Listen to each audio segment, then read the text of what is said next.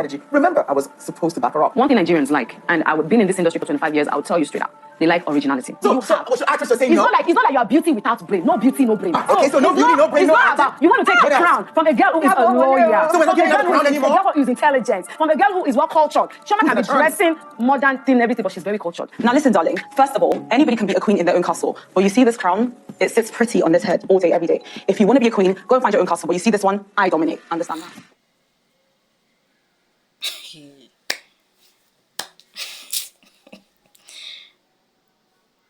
You see my face? That's exactly the expression I had on my face when I saw this episode. The exact expression. God, these women are too dramatic. They are too dramatic. But I guess drama works. Works for the show, right? And that's why we're talking about it.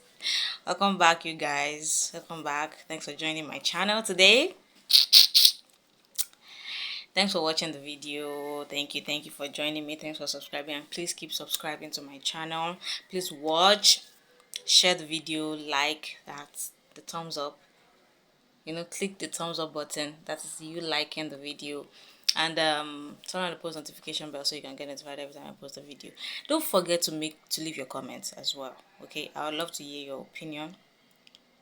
I'm not somebody that imposes their opinion on you. I would love to hear from you guys as well. So thank you for joining us. And today I'll be talking about, from the preview I posted that you saw, we are talking about Real Housewives of Lagos today, and the things that went down.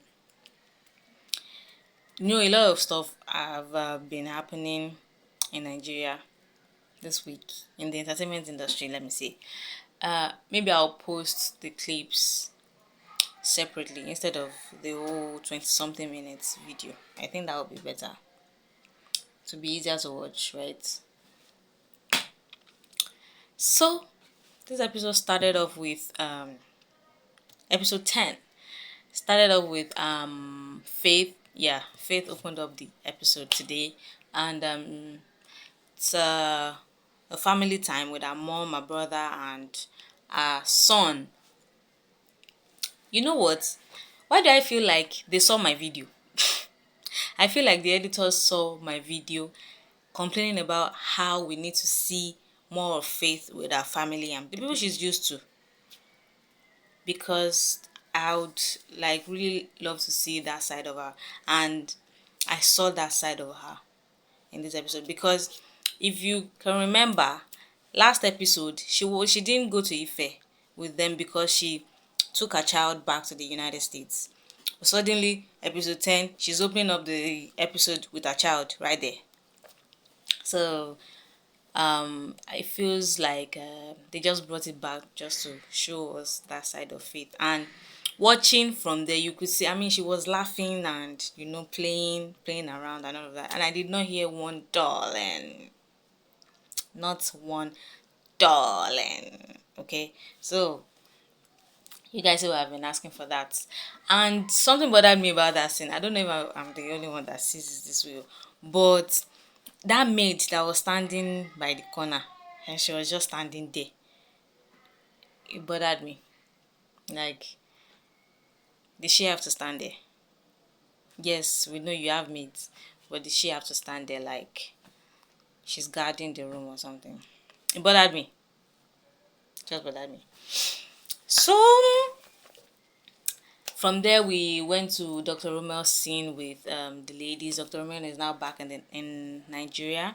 He had a scene with Iyabo, Choma, and Tanya, and they were just discussing some things and what he said about Tanya to Faith, and Faith's interpretation of what happened with the whole situation that she already told Tanya.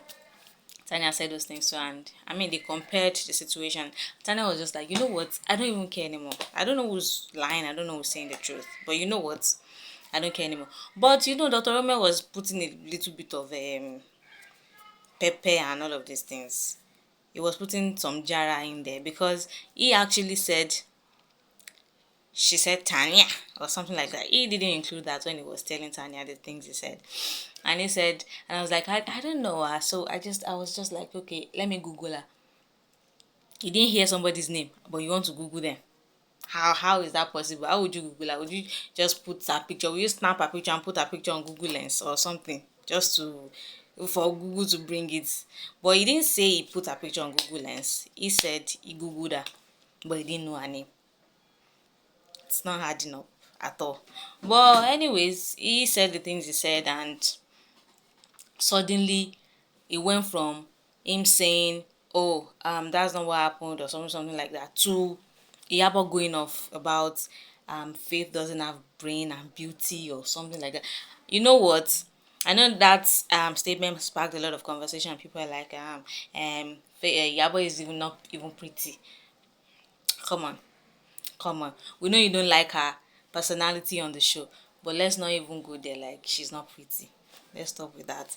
But she making that whole statement, she went on this whole spiel and she was like, you want to take the crown away from Chioma. And I'm like, what sparked up this conversation? What triggered this conversation? Because going from Tanya so to Faith, no brain, no beauty, you think you can take the crown from Chioma that is learned, that is beautiful, that has brains, that I was just like, how did this even come about? How did we get here? So which leads me to believe that the editors and the editing part of the production team, they did something shady there.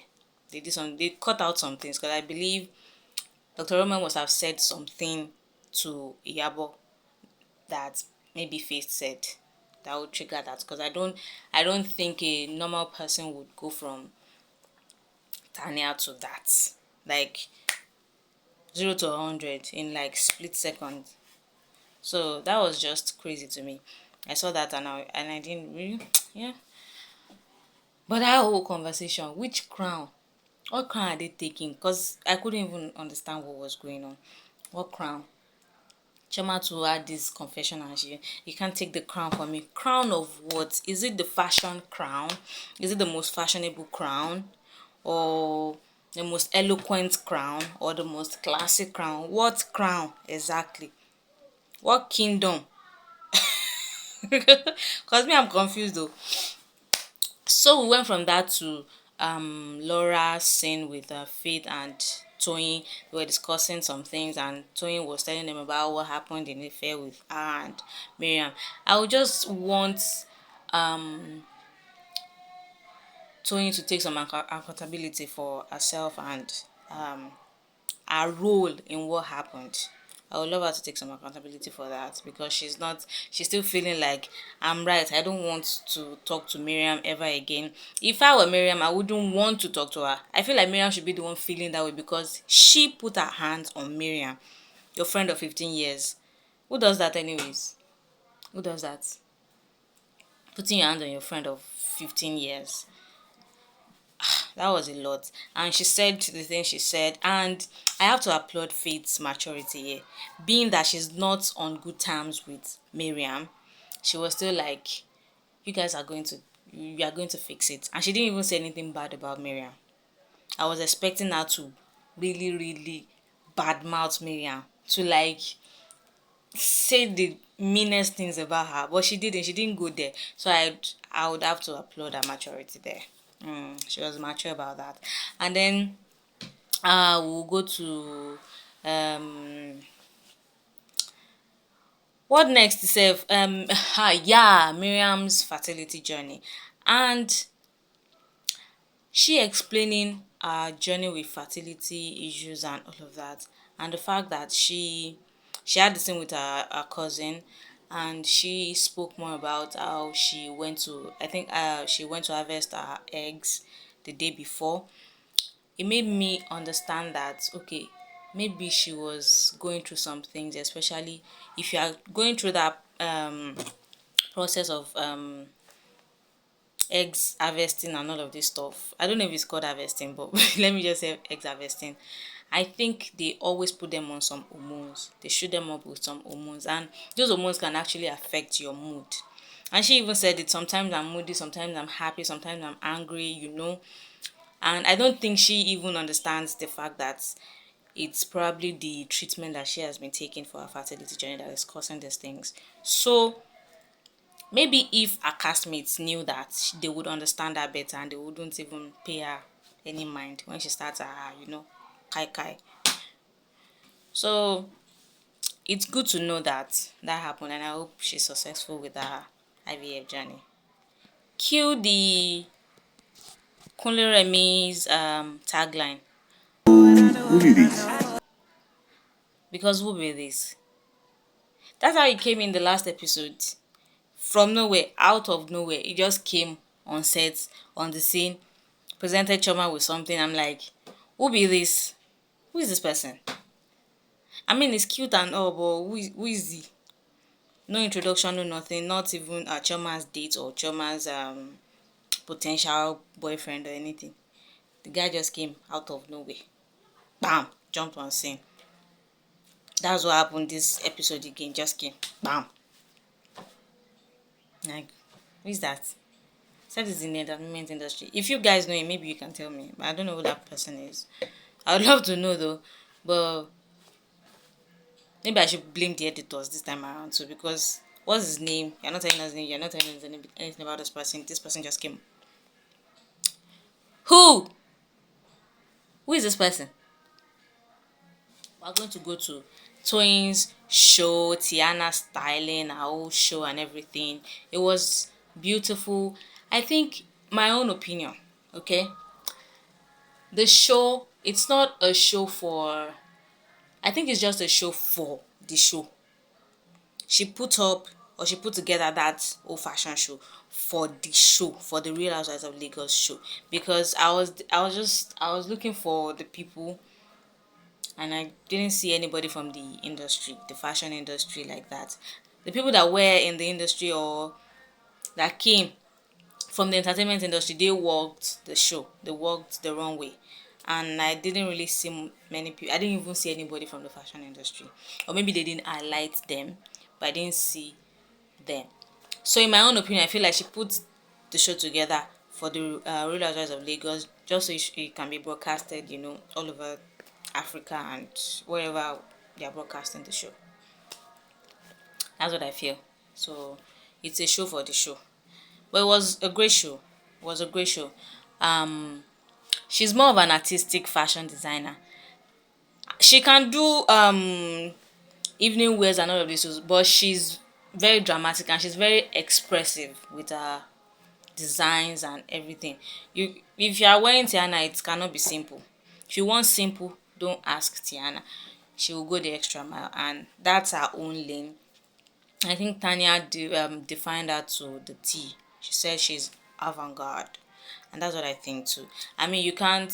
She's like Mugler. Mugler too is known for all this, kind of artistic designs and all of that. So I think that is who she is. So Iyabo Ojo comparing Toyin's fashion show with Laura's fashion show was just so crazy to me, because Laura's fashion show is more like a fast fashion thingy. Okay, it's something you can wear in your day-to-day life. You cannot compare with that now. And can you imagine a show that you worked with your daughter? See, Iyabo Ojo has a problem with Laura that she has not told us yet. She has a problem with her. And me, I feel like the problem probably stems from Linda Ikeji. Everybody knows Linda Ikeji, and if you don't know Linda Ikeji is like one of the biggest bloggers out of Africa. Okay, she's one of the people that made us realize that there is money in this blogging thing. Okay, and she opened up like the door for a whole lot of these bloggers. If you want to lie, but you know the truth deep down in you that Linda Ikeji really opened up the doors for many of these, especially these Instagram bloggers and all of it, even Instablog Ninja. Yeah, there I said it. So if you don't know her, she's very notorious. She was very notorious. I think she has calmed down a little now. But Linda back then, Linda would post tea, gossip, everything on you. So maybe she posted something about Iyabo Ojo some time ago and she just cannot let it go. And now she's taking it out on Laura because she's just saying, this girl just annoys me. And a lot of people have been saying, Faith existence just annoys Iyabo. No, you have the wrong person. I think the person that her existence just annoys Iyabo is actually Laura. Just for breathing on the show, Iyabo just does not like Laura.